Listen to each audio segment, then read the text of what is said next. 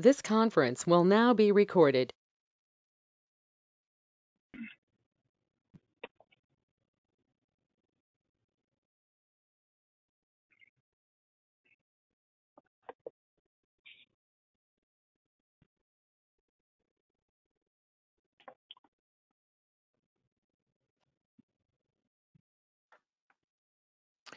Good morning, everyone. Welcome to the Arizona Oil and Gas Conservation Commission.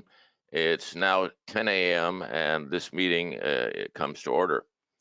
I'd like to establish a quorum.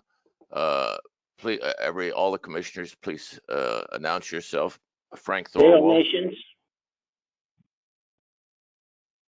Kevin McLean, Ranger Development. Oh, no, this is just for the commissioners, please. Mike Conway, Arizona Geological Survey. Bill Fire Robin. And I see Stephen is here as well. So we have a quorum. Moving on to is there any declared conflicts of interest? Hearing none, we will move on to item 2.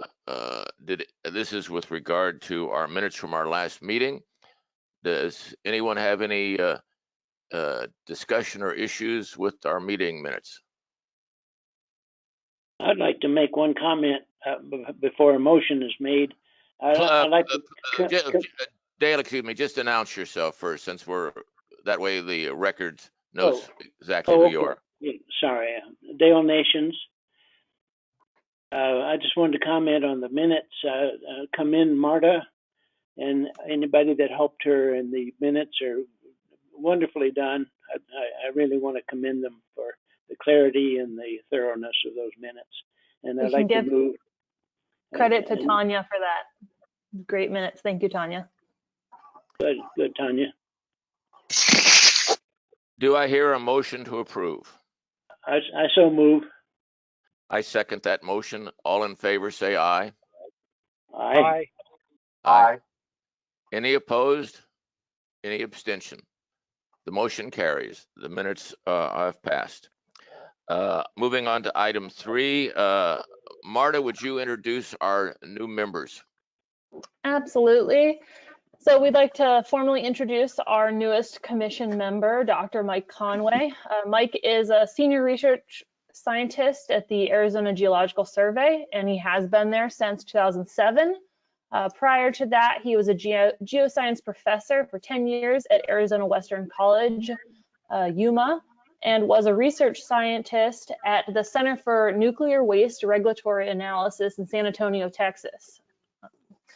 Additionally, I'd like to introduce our fall intern, which is Brooke Bolger.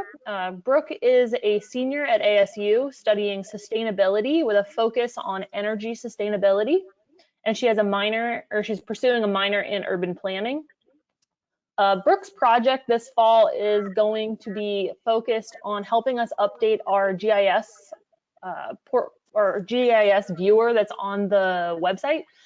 So a lot of the work that she's doing is helping us organize the digital files that we have, and we're going to add a bunch of functionality to the GIS viewer so that it is more friendly to the users and hopefully increases usability of that platform. Additionally, she's going to help me with creating content for the new website.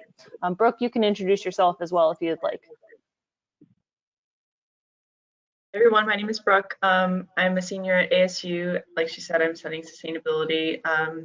I have a really great interest in sustainable energy. And so this internship is just a really great position for me. Thank you, Brooke. Thank you. Moving on to item 5.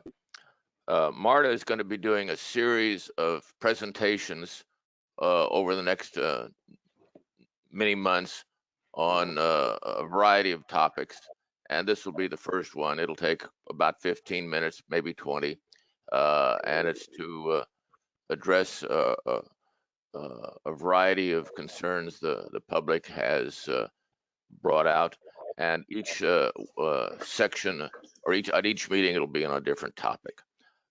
Marta, Administrator Hogan. Let me just turn into presentation mode. Oops, that went the wrong way. How do I switch that?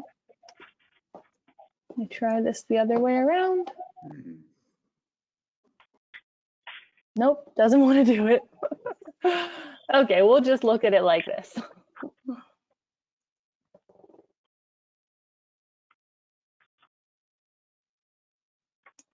All right, so as Frank mentioned, my goal with these presentations that we're putting together is one, first and foremost, to create additional content. We've got a little bit of echo, sorry. Anyway, so the initial goal is to create some content in order to make things easier for the public and operators. And in that creation of content, this is just one piece of what we've been working on, as Frank mentioned. And so today, in terms of presentations, I'm going to focus on kind of walking through the basics of permitting and what's required for a permit from an operator, a permit to drill. And so that's going to be the presentation. I wanted to ensure that I gave adequate detail in these presentations. And so ultimately, I had started with the idea of presenting on everything that's listed here through the life cycle of a well. But I found that I wanted to make sure it wasn't just surface deep and that I allowed the opportunity for anyone who has questions. You know, we would love you to submit questions in writing to the AZOGCC at azdeq.gov email address, and I will respond to all questions and comments regarding the presentation. I'm hopeful that this is educational for anyone who doesn't fully understand the permitting process and answers some of the questions that have brought up by the public in recent meetings. You know, some terminology that hopefully we can clarify. You know, this is just going to touch on permitting. So just to note, we'll go into detail on drilling and drilling operations in the next presentation, then completions, followed by a presentation on production, temporary abandonment and shut-in status, and then plugging and abandoning wells as the final one.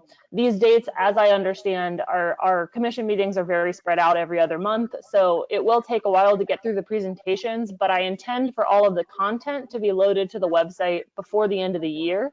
So it will be there and available to view before the presentation, but the presentation is just to add context to the information and provide for an opportunity for input from the stakeholders.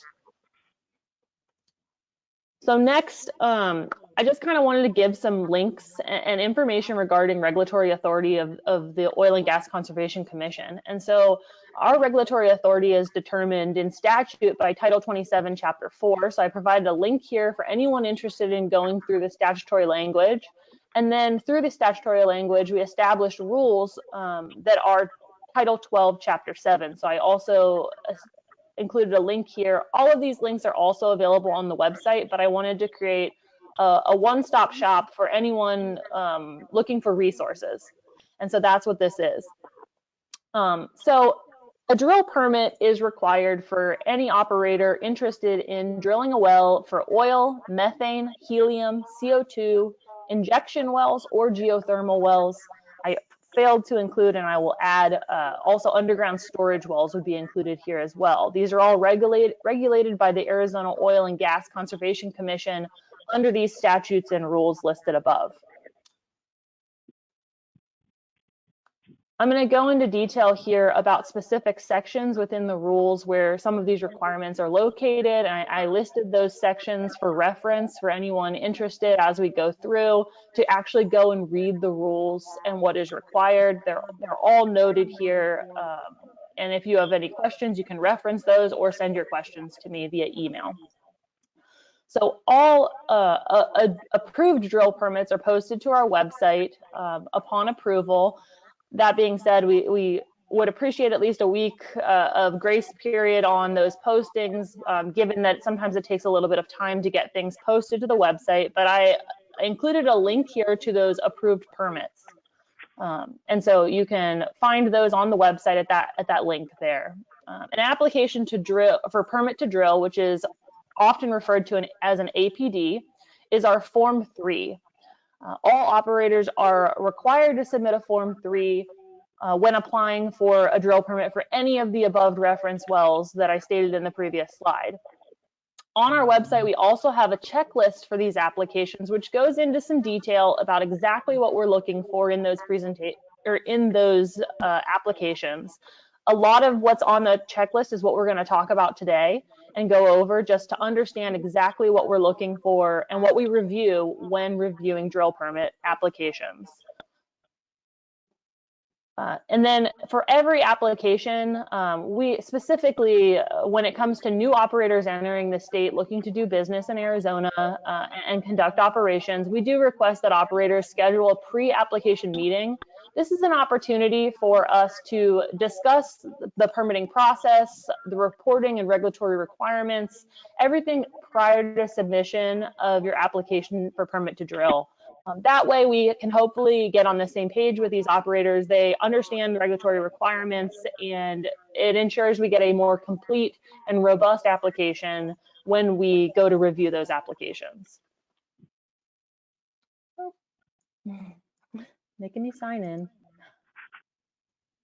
All right, the first and what I like to, some of the big things that I want to point out in terms of the application process, and I'm sure most people are well aware of a lot of the application components, but I just really wanted to go into detail here. And so first and foremost, we require financial assurance in the form of a performance bond for any well that is drilled in Arizona. Some of the specific requirements for our performance bonds are listed here below, and those performance bonds are dependent on the number of wells an operator is intending to drill. Individual wells would be a $10,000 bond for wells less than 10,000 feet, and it goes to $20,000 for greater than 10,000 feet. And then blanket bonds can be used for operators intending to drill many wells. So $25,000 would cover up to 10 wells. $50,000 would be 11 to 49 wells, and $250,000 for over 50 wells. These bonds are conditioned upon faithful performance of the operator of the duty to drill wells, plug dry or abandon wells, repair each well causing waste or pollution, and maintain and restore each well site. And so I think that that's kind of important to note there, is that the reason we collect these bonds and we require these bonds is to ensure operators are following regulatory requirements, and ensure public safety and public health and safety, and ensure environmental protection. So these bonds are in place for all of those reasons. Additionally, an organization report, which is a Form 1, is required from all operators and must be maintained by operators. They're required to report any changes to their organization report within 10 days of those changes happening. And what an organization report shows us is, and this is all listed in 104, sections 104 and 194, but what an organization report is it shows that they are in good standing to do business in the state of Arizona. And it gives us the basic information of that company, that corporation, or the agent that is listed to do business in Arizona, in order for us to keep track of that business. Next would be land access. So in a huge part of the application process is, and this often happens long before they even apply for a permit to drill from the commission, an operator must seek the legal right to access the land. There's two components of accessing land rights. The first being surface land, which is the pretty obvious. They need access. They need to have the right to access that location, the location that they intend to drill. Additionally, they have to have the right to access and utilize the mineral rights. The mineral rights are the subsurface rights. And so they must provide documentation for the legal right to access both of those types of land. Then we also have location requirements. And I provided here just a screenshot of a blank Form 3 second page. This is where an operator would provide a plat. So a plat is a surveyed location map that is completed by a certified by a registered surveyor.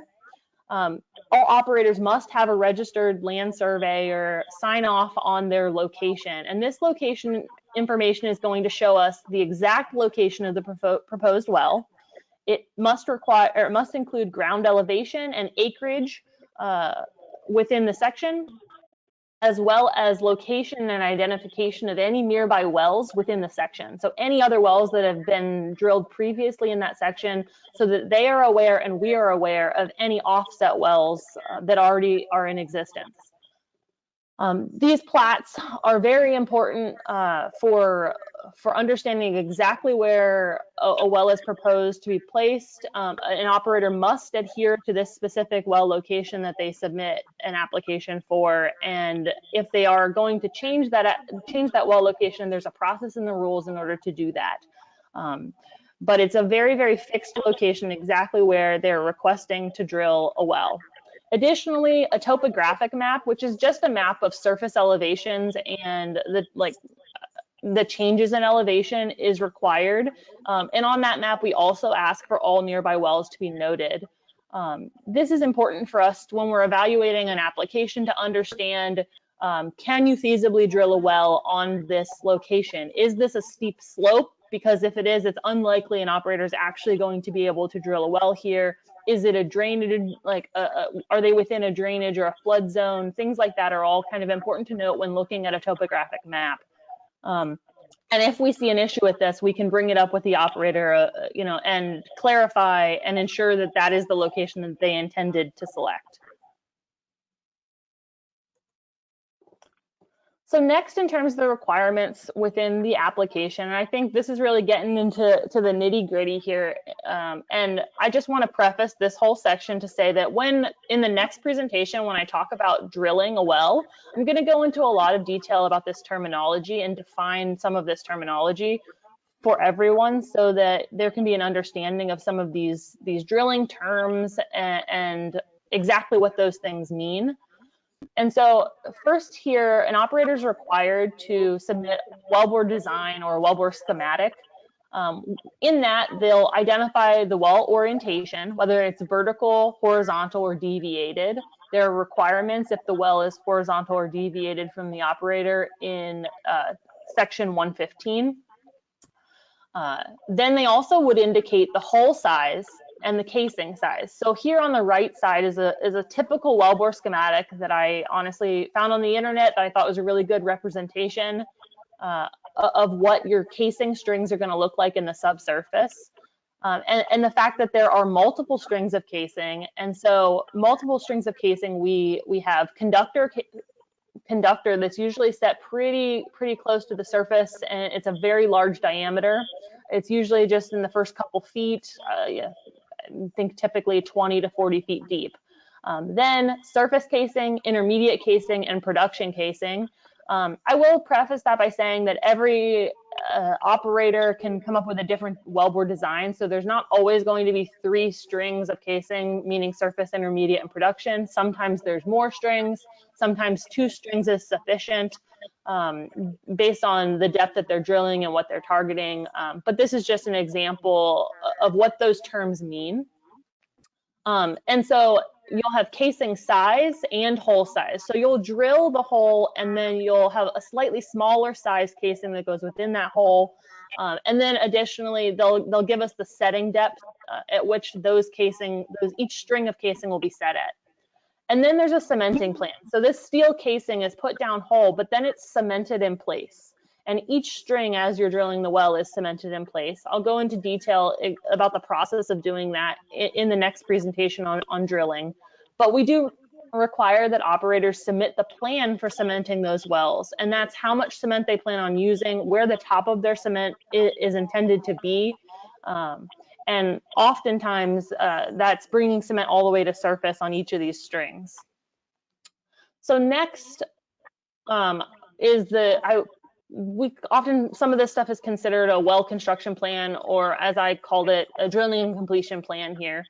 And some of the requirements for that plan that they must provide in an application is their plan for well control. And so a blowout preventer is often referred to as a BOP, and all operators are required to have blowout prevention on their well bores in order to ensure the ability to control the well in the event of an emergency.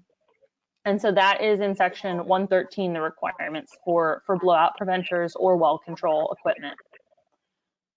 Then next, you'll see in our checklist, we talk about drill pits and a little bit to explain what a drill pit might be used for. So when you're drilling a well, you're drilling fluids. Often this is mud. Some operators also do air drilling in Arizona in order to remove cuttings, which are just the broken up rock at the bottom of the well bore. And so this pushes that broken up rock back out of the well bore, and then they're collected in a drill pit usually. Sometimes operators use a closed pit system and don't need a drill pit on location, and sometimes they do have to construct a pit. We require that they include their plans for a drilling pit on location and remediation plans for that pit after the fact. Then depths and description of geologic formations are required, specifically target formations, what they plan to encounter. And then anticipated completions, we want a completions plan here, whether that be the zone in which they intend to perforate or stimulate, zones they want to test, and their target formation information. The requirements for completions are listed in sections 121 and 117 if you'd like to go into detail about what's required for completing a well. And again, in the next presentation, I know these might not be terms that everyone is familiar with. Some people probably are very familiar with, but things like perforation and types of stimulation, I will go into detail in the next presentation, exactly what those processes are and what they may mean. And then lastly, so identification of a known H2S zone. So H2S is a toxic gas that can sometimes be present in certain formations in the subsurface, oftentimes associated with hydrocarbon drilling and hydrocarbon activity. And so we require an operator to let us know if it is a known H2S zone that they will be drilling through or targeting. And if it is, if the answer is yes to that question, what is their contingency plan in order to mitigate the risk associated with H2S on site?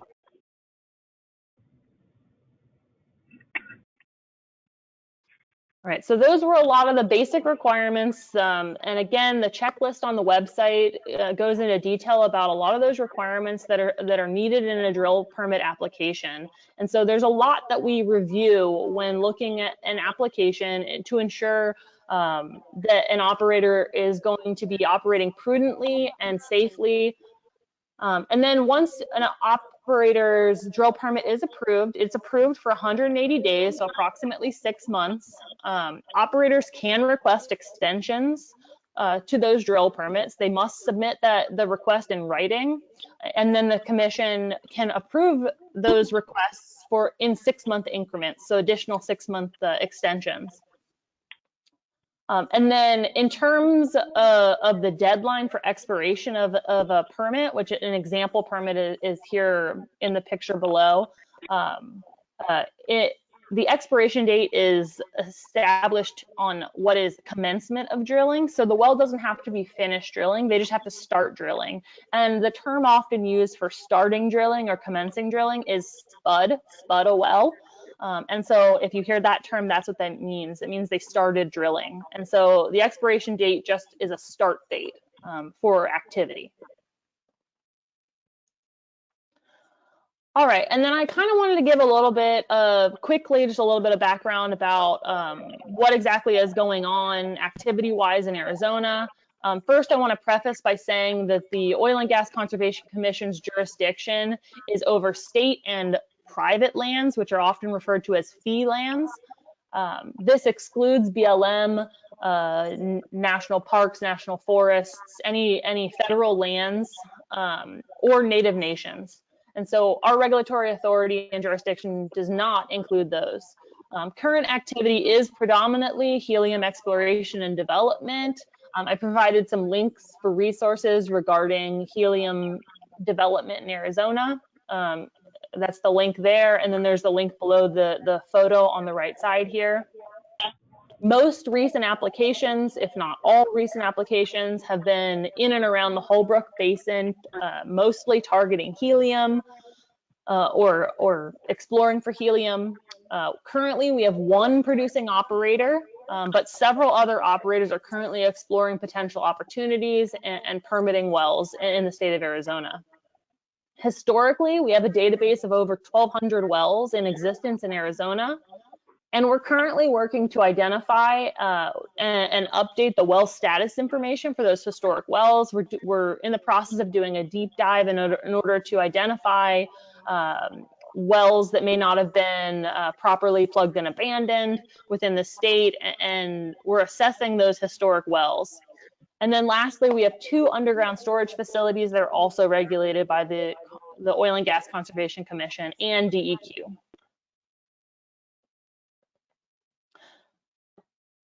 And then I wanted to provide a link here for access to public records. So anyone is able to access our online GIS well viewer.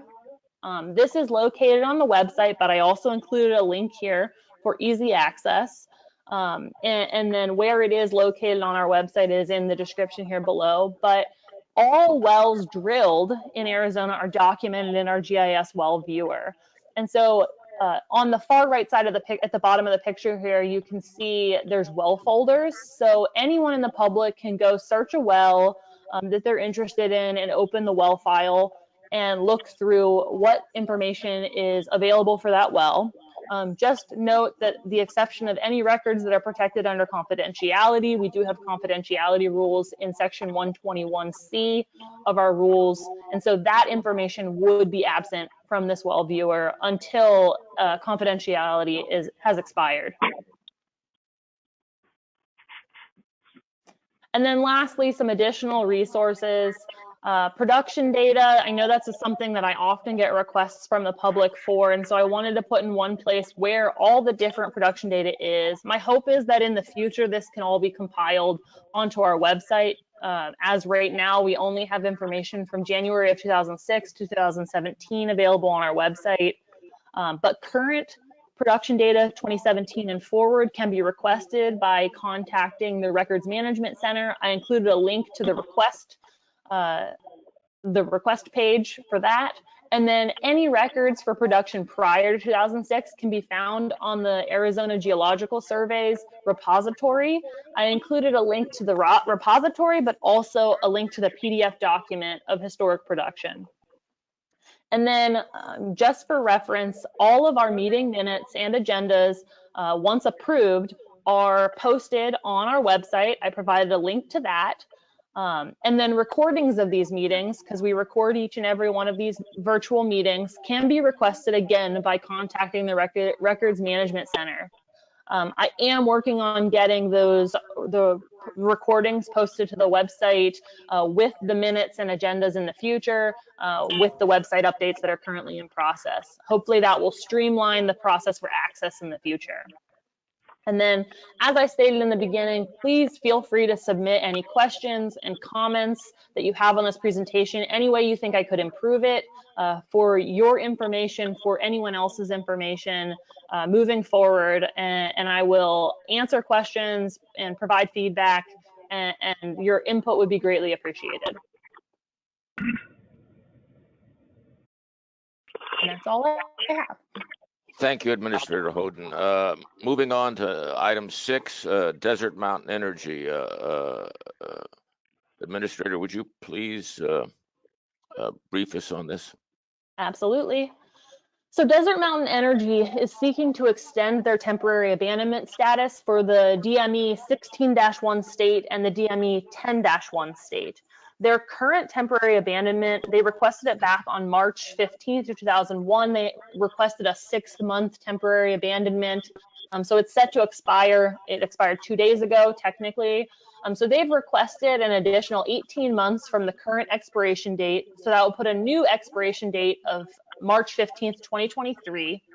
The justification that they provided for the reason for this request is due to long lead times for materials. They've put in purchase orders for materials for the production of these wells and the handling of these wells, but they're looking at a 40+ week lead time for assembly and delivery of some of those components. So they are requesting 18 months, and I would like the commission to discuss and potentially vote on this extension. Questions from the commissioners? Yeah, this is Bill.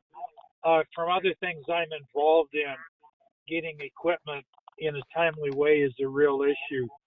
So I would tend to believe that they have those issues too, getting equipment on a timeline that we wouldn't have considered a year or two ago. Any other questions, comments from the commissioners? This is Mike Conway. I just have a question, and this shows how new and uneducated I am. What does the temporary abandonment status refer to? So temporary abandonment status is basically, the operators indicating that they're not going to be producing the wells. So by our regulations, operators are required to bring a well onto production within 60 days of completion. Otherwise, they must request temporary abandonment or shut-in status. It depends on how much evidence they submit regarding the potential of the well. If they don't have evidence of the potential of the well, it would be considered shut-in status. But temporary abandonment is basically capping the well. They won't be accessing the well without commission authority. If they want to re-enter the well, they must contact us in writing with the plan and remove the temporary abandonment status before they resume activity. Okay, thank you, Marta. This is Jay Scarden. I just wanted to point out there's a rule on this as well. R12-7-125 covers it in the information they have to provide. Thank you, Jay. Any other questions? This is Brian Goatee at the Arizona Geological Survey. My question is, are there any rules or statutes that relate to monitoring, reporting, and verification as part of abandonment or after abandonment? I'm sorry, Brian, could you repeat just the last part of that? After what? After or part of the abandoning a well or wells or a well field is monitor, reporting, verification, also known as MRV. Is that any aspect of that involved in abandonment? So plugging and abandonment would have an application process and to ensure proper plugging of a well. In terms of temporary abandonment, these are just temporary requests. Per our rules, the section J mentioned, they can request up to 5 years for temporary abandonment. I do not believe that there are monitoring requirements, but in the request for temporary abandonment, they must provide evidence of casing integrity. So that is a pre-request requirement.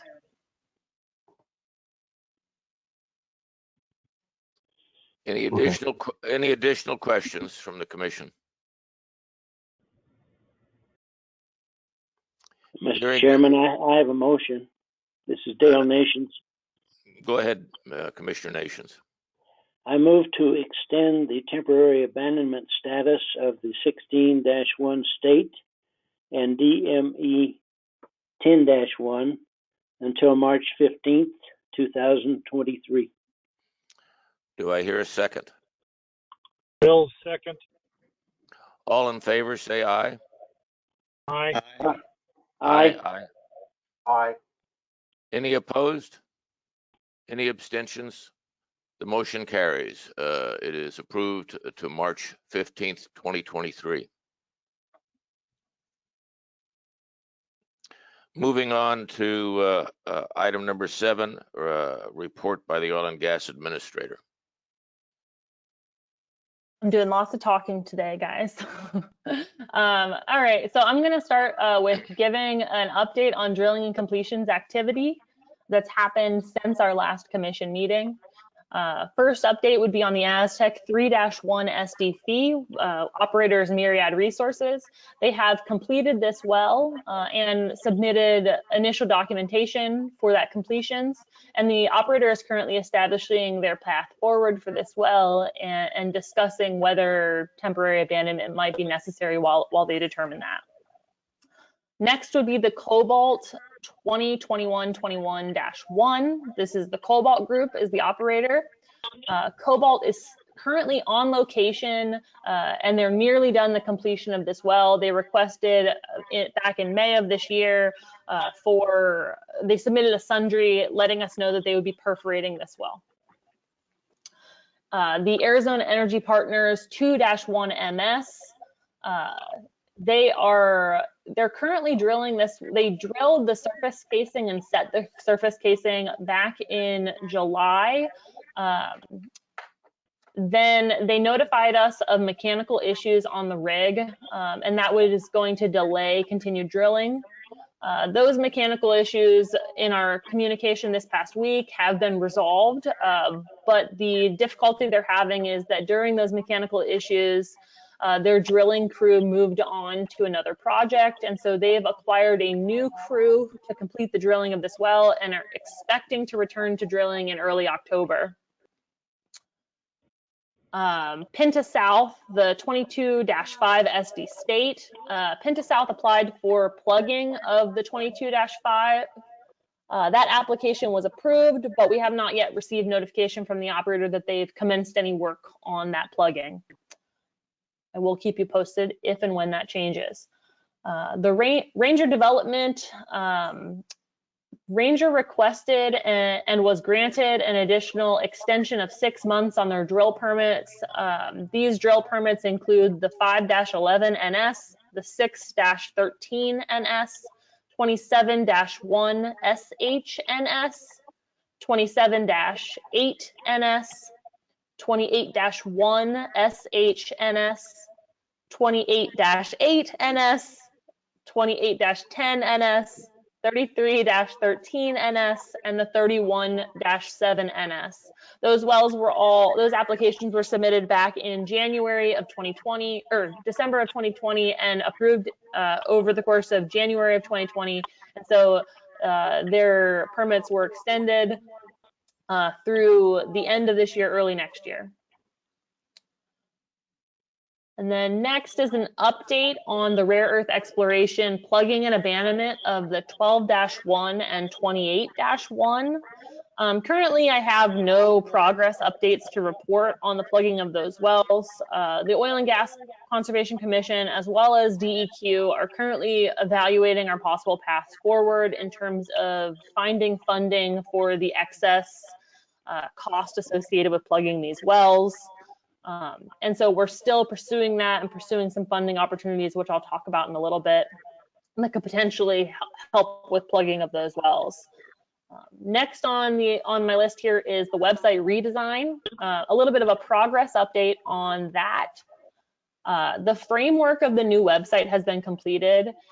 So basically, DEQ helped us with recoding the website. The code language that the existing website is in is very out of date and hard to maintain, given that most current staff don't know how to write that code language. It makes it very hard to update and add content to our website. So part of the redesign is rewriting the entire format code language to a modern code language, which will make it more easy to update and modify in the future. The basic content has been added to the new code language and framework, and we're in the process of collecting content and creating content. That is well underway. As you saw in the presentation I gave today, that is just one example of a piece of content that will be added, as well as the several presentations that have been given over the course of this year will be added, and production data and lots of new content. And then a timeline for path forward. With DEQ, we've determined that I'm aiming to get content to the staff that's doing the web design over the course of the next month. Then DEQ is going to load that content. We will review the design and make changes as needed to the website. And then we're looking for a target goal of the first of the year for making the new website public. All right, next on the list here is a rules update. First on here, and many of you may have received the survey that I sent out at the beginning of September. I believe the survey poll results were due today. And we basically requested comment on the current rules for the 5-year rule review. Any input that you would like to provide on the current rules. We're in the process of applying for an extension to the November 30th, 2021 deadline for the 5-year rule review. We're requesting a 6-month extension to complete this review, and this will allow us adequate time to move forward with other legislative and rulemaking packages that will impact the 5-year rule review. Next, in terms of rule updates, the governor's office appointed a new policy advisor over natural resources, that is Buchanan Davis. Commissioner Thorwald and I met with Mr. Davis, and we spoke about the rulemaking packages that we're interested in moving forward. We assessed the necessary documentation that the new advisor will be looking for in the exemption memo request. And then rulemaking package status, we're still working on draft language, but we're currently working with DEQ regarding specific sections of the rules with respect to injection and stimulation language in order to better align and prevent redundant regulation.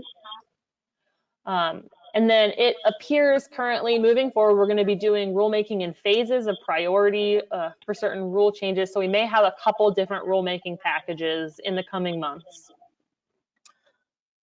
Then next on the list is federal funding opportunities. So this is what I referenced talking about the rare earth exploration, plugging and abandonment. So the OGCC is currently reviewing a federal infrastructure bill that was passed by the Senate, is currently in the House, expecting to be passed by the House soon. We're collaborating with other entities within the state to determine applicable funds that may be available and how best to apply for them. And we, at this point, the commission intends to apply for a small grant, which is up to $5 million, to be used to identify orphaned and abandoned wells in the state. This will be part of the look back that I mentioned in my presentation in order to determine status of historic wells and better organize the well data and make it more accessible in the future.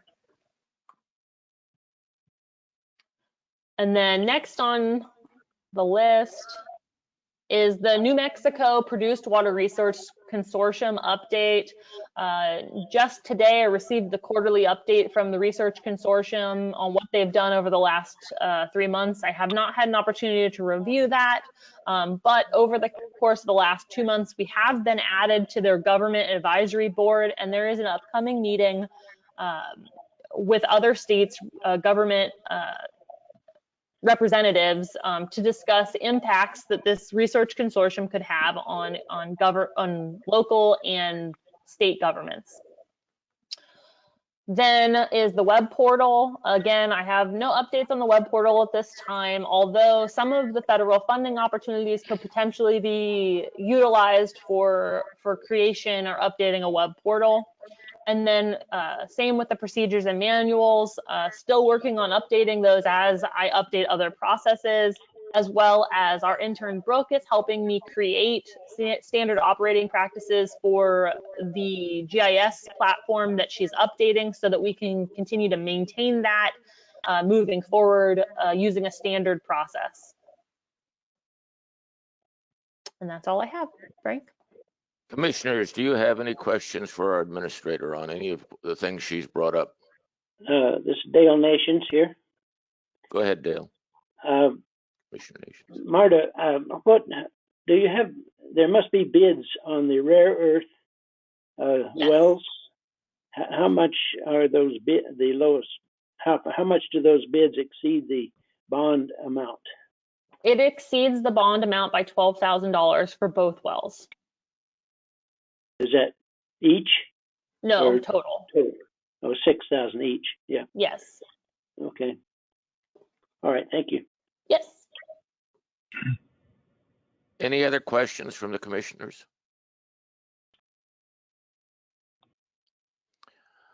Marta, I have a question, Administrator Hoden.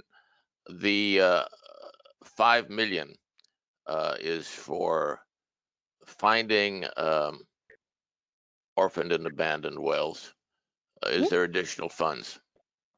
There are additional funds that we could apply for actual plugging once those wells are identified. And is there other pots of money potentially for other things as well related to what we're doing?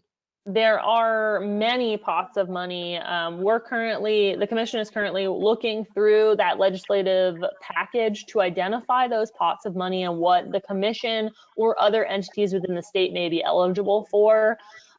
We're also working with the AZOGCC, so the Interstate Oil and Gas Conservation Compact, specifically on language that will impact the OGCC regarding that small grant, and then other potential grants that we might be eligible for. Any other questions for the administrator? Yeah, this is Bill. Go ahead, Commissioner Farburn. Okay, so just 3 quick points, Marta, and thank you for doing all this. It's a pleasure to see this happening. One point is on the website. Could you explain how the process that has determined the bond amount, is that by law? Is that internal process within the commission? Could you kind of explain that on the website, on your explanations of everything? Point 2 is drill pits, lining and disposition of lining on completion of the drill hole. Maybe touch on that because that's come up a time or two in public comments. And then third point, I would find it just kind of interesting if you had a section on press releases that companies have put out on what they're doing in Arizona. And those are my 3 points. Okay. Great. No, thank you for the feedback. Do you want me to comment on any of those now?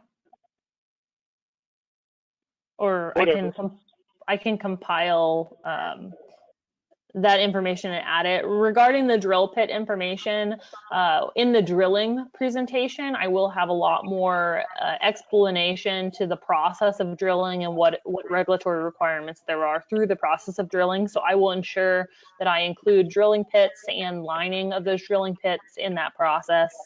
I will see if there's a place we can load press releases to the website or links to those press releases. I definitely think that's something we could do. I think we're getting some comments.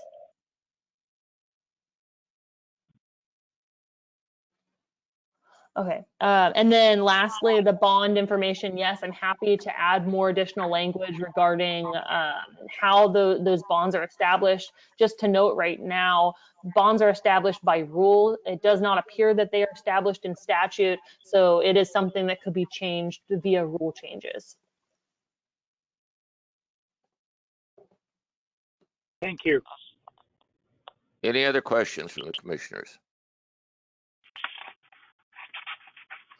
Hearing none, we'll move on to the report by the chairman. Martin's covered a lot of the things I wanted to talk about, but and I had asked her to do so. I went to Colorado Springs last month and to the AZOGCC special meeting, talking about this legislation and other issues, but it's primarily U.S. House Bill 3684. It's the infrastructure package.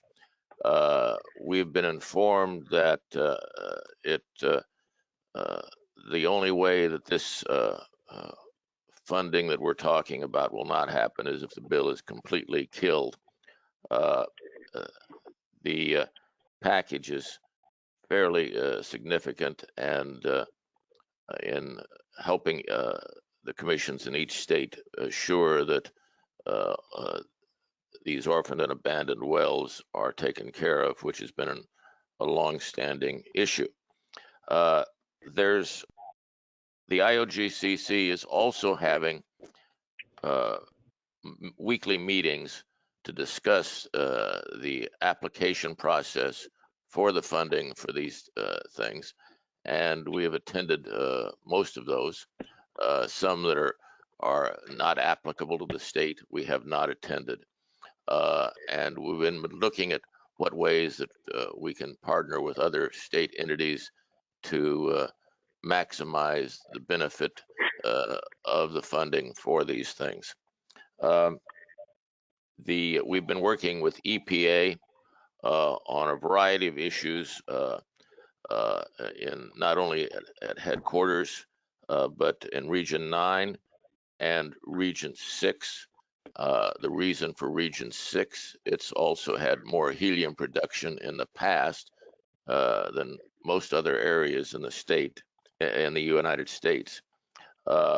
We have sent out to ONER, that's the Office of Navajo and Hopi Indian Relocation, a draft intergovernmental agreement, and we have not heard back. That was sent earlier in the year. That was being circulated to all parties at their request. That's yet to be determined where that's at. We are also working with ADEQ on refining the process by how both of our groups work together, ADEQ and OGCC, and what authorities, if any, that we should adjust to make sure that the benefits to the public and to the organizations are maximized, and how that is affected by legislation that has been also passed, clearly defining what the OGCC's authority is, and some of that was as early as this year, or as late as this year. In addition to that, we've still been looking at other federal budgets besides this $5 million and what we can do with that, and other federal grants, and we still continue to do that. I've been taking the lead on reviewing the federal legislation on these things, and my volunteer time is now up to a lot more than I had originally anticipated, but I think this month alone, I'm somewhere about 80 hours in to my work, but for the commission. But typically the last few months, it's been running about 35 hours a month, 37 hours a month. So hopefully it will provide greater benefit to the commission as we move forward. The only legislation that is affecting us so far is ones that I've already mentioned. And that concludes my comments. Is there any questions on anything I brought up from the commissioners? Oh, there is something else that I should say. The GWPC, Groundwater Protection Council, which we're involved with, is having their meeting the September 27th through the 29th, and that will be virtual. And as Marta mentioned, the Produced Water Consortium is having a meeting December 1st. And then the AZOGCC, I believe, will be having, we haven't gotten the exact date yet and notice, but it should be next week. And if there's any commissioners that would like to be on that, just let Marta know and we will send you links. As I've mentioned, we were working on UIC rules and specific terminologies to clarify certain points. And we've reestablished our relationships with the Geologic Survey. I think that covers it. Any questions from the commissioners? This is Mike Conway. Frank, I just thanks for parsing that infrastructure bill. I imagine that's a chore. Well, we'll get there. It's taking a little while. A big bill. Any other questions, comments? Hearing none, let's move on to call to the public. Is there any members of the public that would like to address the commission, noting that the commission cannot respond?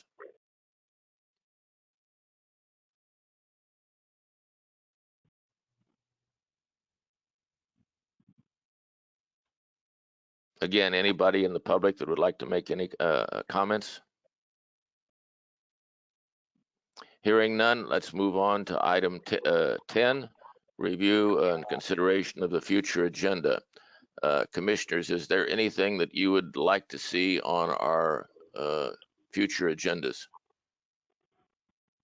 Or any changes to our format? I'd like, this is Dale Nations, Commissioner Nations. Go ahead. I just want to commend the staff, including yourself, Frank, for doing all this work. It's very important, and we certainly, as a commission, can be much more effective because of that. Thank you again. Thank you. That's a good point, Commissioner Nations. I want to also tell the commissioners that our administrator has gone well over and above her official responsibilities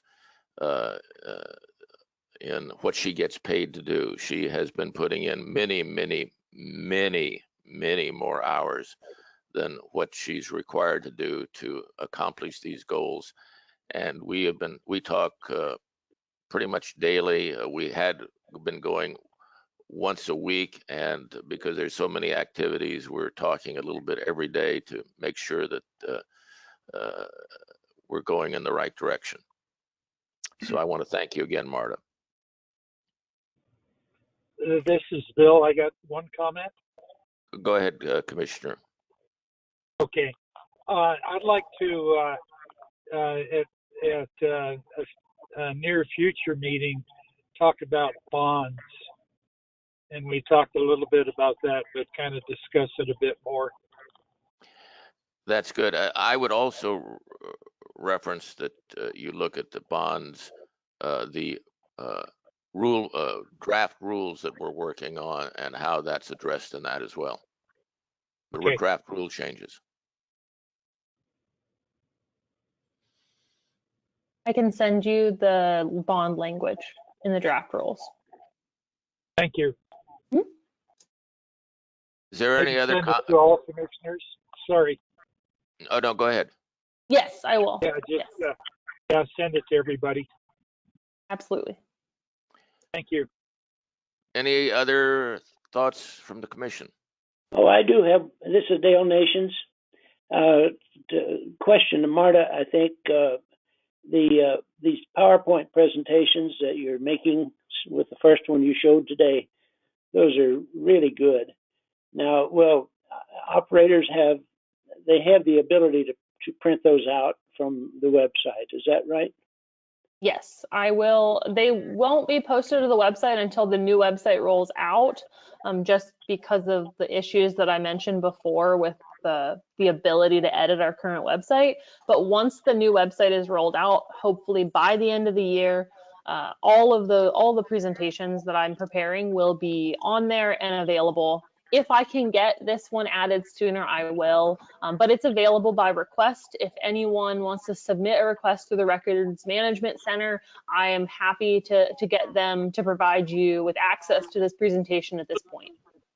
Yeah, those should eliminate a lot of confusion on the part of operators that we've had to deal with in the past. That work, those PowerPoints are so specific.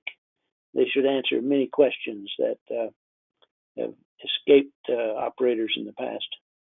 I hope so. And again, if there's any feedback on the presentations in any way that I could improve them, I noted the bond language information that was already requested, but any feedback, please send it to me via email, and I will continue to update this presentation and other presentations in the future.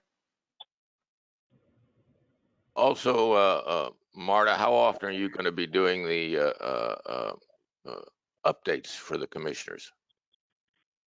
My goal is every 2 weeks, but occasionally I get a little busy, so you will get at least a monthly detailed update.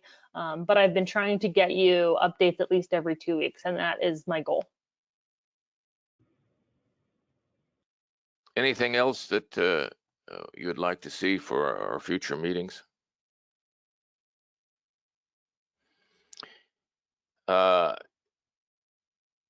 Any announcement? Moving on to 11, is there any announcements?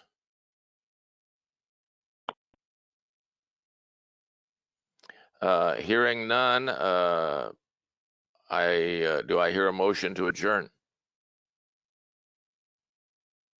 So moved. Bill, I move we adjourn. Do I hear a second? Second. All in favor, say aye. Aye. Aye. Ayes have it. Thank you all for the meeting is adjourned. Thank you. Thank you very much. Thanks, Marta.